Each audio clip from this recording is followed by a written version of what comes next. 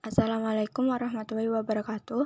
Perkenalkan, nama saya Vita Rahmada dengan NIM 20051204003 dari kelas Teknik Informatika A 2020 Universitas Negeri Surabaya.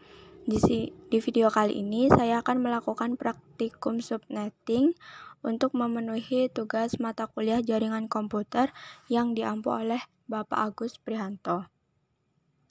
Pengertian subnetting merupakan proses membagi sebuah network menjadi beberapa subnetwork. Subnetting hanya dilakukan pada IP address kelas A, kelas B, dan kelas C. Fungsinya untuk mengalokasikan IP address yang terbatas supaya lebih efisien. Nah, perhitungan subnetting ini ada dua cara. Yang pertama cara binary yang relatif lambat. Yang kedua cara khusus dengan menggunakan tabel. Ini relatif cepat. Di video kali ini, saya akan menjelaskan perhitungan subnetting dengan tabel. Yang pertama, ada subnetmask. Subnetmask merupakan teknik khusus untuk memecah atau membagi jaringan komputer sehingga menjadi subnetwork dengan ukuran yang lebih kecil. Lalu apa bedanya subnetmask dengan subnetting? Subnetmask ini tekniknya, sedangkan subnetting itu kegiatannya. Kemudian, network dan broadcast. Dalam setiap kelompok IP, terdapat dua IP yang bersifat khusus, yaitu network, yang merupakan identitas suatu kelompok IP atau IP pertama pada kelompok tersebut, dan broadcast, yaitu alamat yang digunakan untuk memanggil semua IP yang berkorespondensi. Broadcast merupakan IP terakhir dari kelompok tersebut. Di sini, untuk subnetmask 255.255.255.0 ini merupakan flash 24 dengan jumlah blok atau jumlah gangnya itu 1 dan jumlah IP-nya itu 256 yang dimulai dari 0 sampai 255. Nah, IP networknya adalah 0 dan IP broadcast-nya adalah 255. Kemudian usable IP sama dengan jumlah IP dikurangi 2. 2 ini yaitu network dan broadcast. Mereka tidak bisa digunakan dalam IP address. Jadinya pada flash 24 jumlah IP-nya 256 dikurangi 2. Jadinya hanya 254 IP address yang bisa digunakan, yaitu lanjut ke contoh kedua, yaitu flash 25, subnetmasknya yaitu 255.255.255.128. Ini memiliki dua blok atau dua gang, yang masing-masing jumlah IP pada gangnya itu 128. Pada gang pertama, IP-nya yaitu dimulai dari 0 sampai 127. Nah, 0 ini sebagai IP network, 127 sebagai broadcast-nya. Kemudian pada gang kedua, IP-nya dimulai dari 128 sampai 255 dengan 128 sebagai IP network dan 255 sebagai broadcast-nya.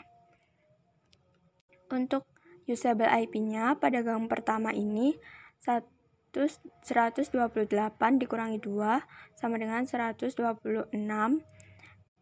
Jadi IP yang bisa digunakan adalah 126 yang dimulai dari 1 sampai 126. Sedangkan pada gang kedua juga sama, yaitu 126, tapi dimulai dari 129 sampai 254. Selanjutnya saya akan langsung pada praktikumnya. 1. Skenario. Dalam percobaan ini kita akan mensimulasikan dua subnet, yaitu lab 1 dengan IP binary-nya 192.168.1.0 flash 26. Kemudian lab 2-nya 192.168.1.64 flash 26. Dua subnet di atas dihubungkan melalui sebuah router seperti terlihat pada gambar tersebut. Dengan PC1, PC2, dan PC4 menggunakan gateway, sedangkan PC3, PC5, dan PC6 tidak menggunakan gateway. Pertama-tama, kita butuh 6 PC.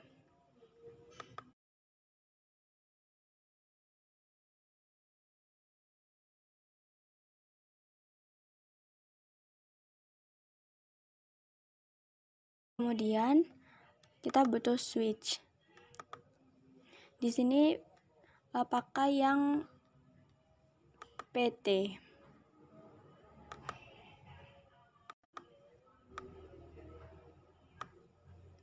Yang terakhir kita tambahkan router. Di sini juga pakai yang PT. Selanjutnya sambungkan PC-nya ke switch. Ini pakai kabel otomatis.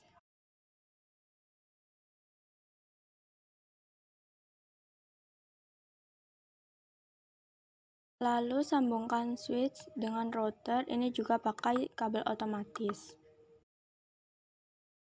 Nah, di sini masih merah karena belum dinyalakan. Jadi, ini klik 2 kali lalu config, lalu klik fast ethernet 0.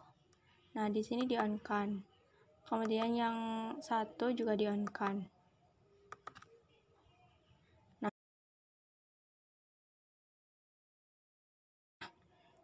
Yang 0 ini menuju pada lab 1 atau switch 0 ini. Kemudian yang fast ethernet 1 ini menuju pada switch 1 atau lab 2. Kalau sudah hijau seperti ini, maka sudah siap digunakan. Kemudian setting IP pada PC-PC-nya. Pada PC 1, IP-nya 192.168.1.1. Subnet mask-nya karena flash 26, maka di sini pakai 192. Nah, PC 1 ini tadi kan menggunakan gateway. Jadinya set gateway-nya yaitu 192.168.1.10. PC 2 IP-nya 192.168.1.2. Subnet mask-nya sama, pakai 192. Kemudian default gateway-nya yaitu 192.168.1.10.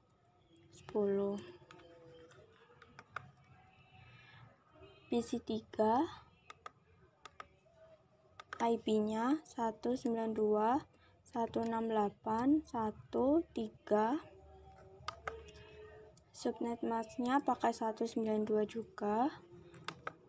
Nah, di sini gateway-nya tidak usah diisi karena pada PC 3 ini tidak menggunakan gateway. Nah, pada PC 4 IP-nya 192.168.165. Untuk subnet mask-nya sama yaitu 192. Default gateway-nya 192.168.1.100. PC 5 IP-nya 192.168.166.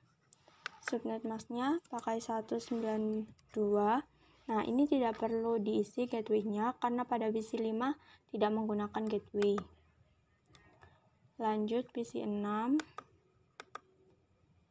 IP-nya 192.168.167. Subnet mask-nya pakai 192. Nah, ini juga tidak perlu diisi gateway-nya karena PC 6 tidak menggunakan gateway. Kemudian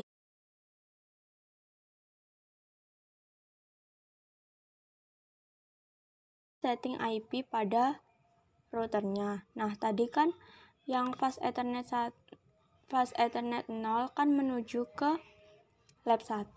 Di sini IP address-nya yaitu 192.168.1.10. Untuk subnet mask-nya sama, pakai 192. Kemudian yang fast Ethernet 1 ini kan menuju ke lab 2. Jadinya IP-nya pakai 192.168.1.100. Subnet mask-nya sama, pakai 192. Kemudian yang kedua, langkah percobaan. 1. Buat simulasi jaringan seperti gambar di atas, termasuk setting IP gateway router, IP address PC, netmask PC, dan gateway PC. Tidak semua PC diberikan gateway. Nah, tadi kan sudah. Kemudian yang kedua, setelah setting IP selesai, pindahkan mode ke simulasi, lalu buat skenario seperti berikut.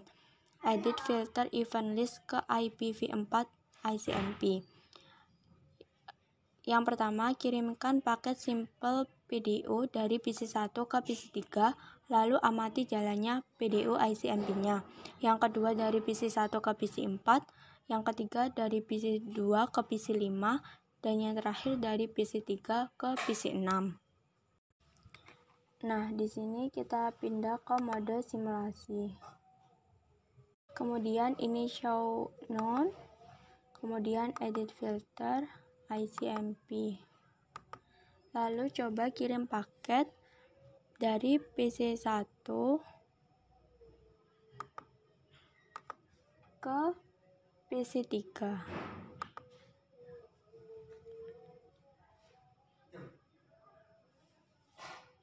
Nah, PC1 ini mengirim ke switch, kemudian mengirim ke PC3. Lalu dari PC3 ini dikembalikan ke PC1. Nah, di sini pengiriman paketnya berhasil. Kemudian kita delete. Lanjut ke percobaan kedua, yaitu mengirim paket dari PC1 ke PC4. Nah, percobaan satu ini gagal, jadi harus diulangi lagi.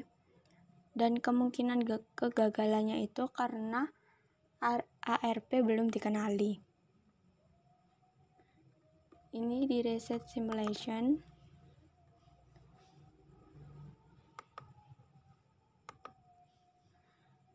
PC1 mengirim ke switch, kemudian switch meneruskan ke router.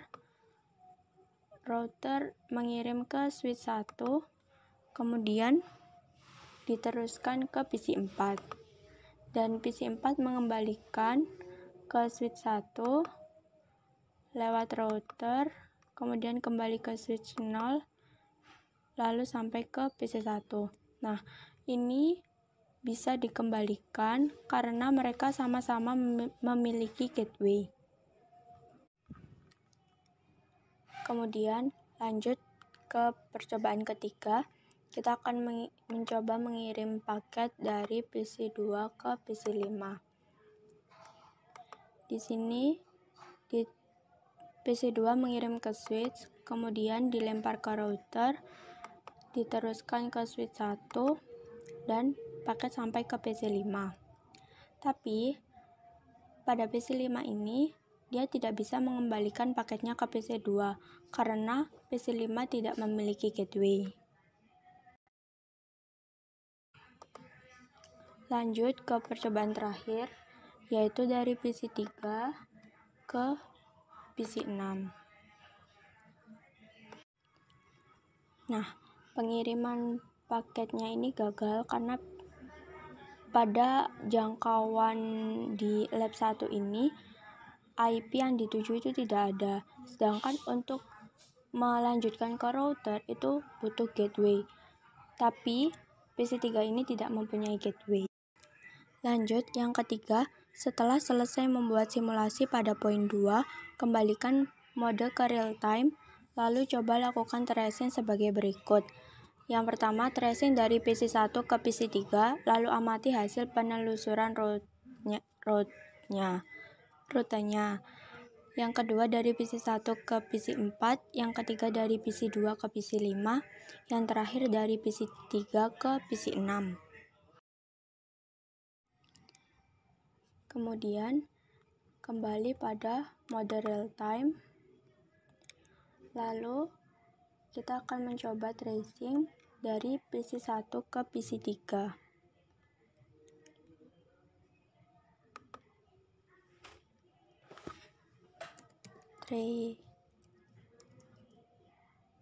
Tracer 192.168 dari PC1 ke PC3.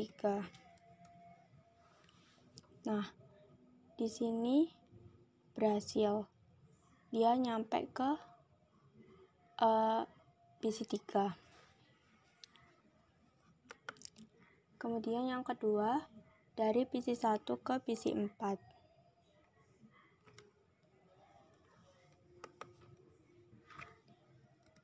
Tracer 192.168.1.65. Nah, di sini dari PC1 192.168.1.1 ini dilempar ke router dulu, yaitu 192.168.1.10, kemudian baru diteruskan ke PC4, yaitu 192.168.1.65.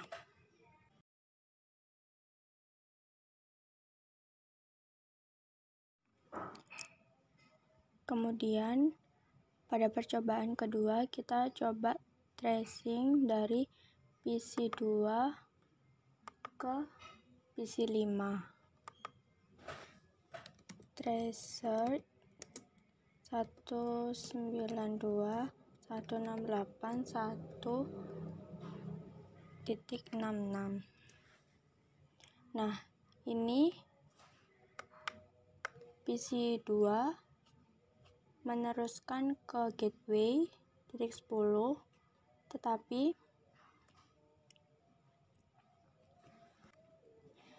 ini PC2, paket dari PC2 dikirim ke gateway-nya,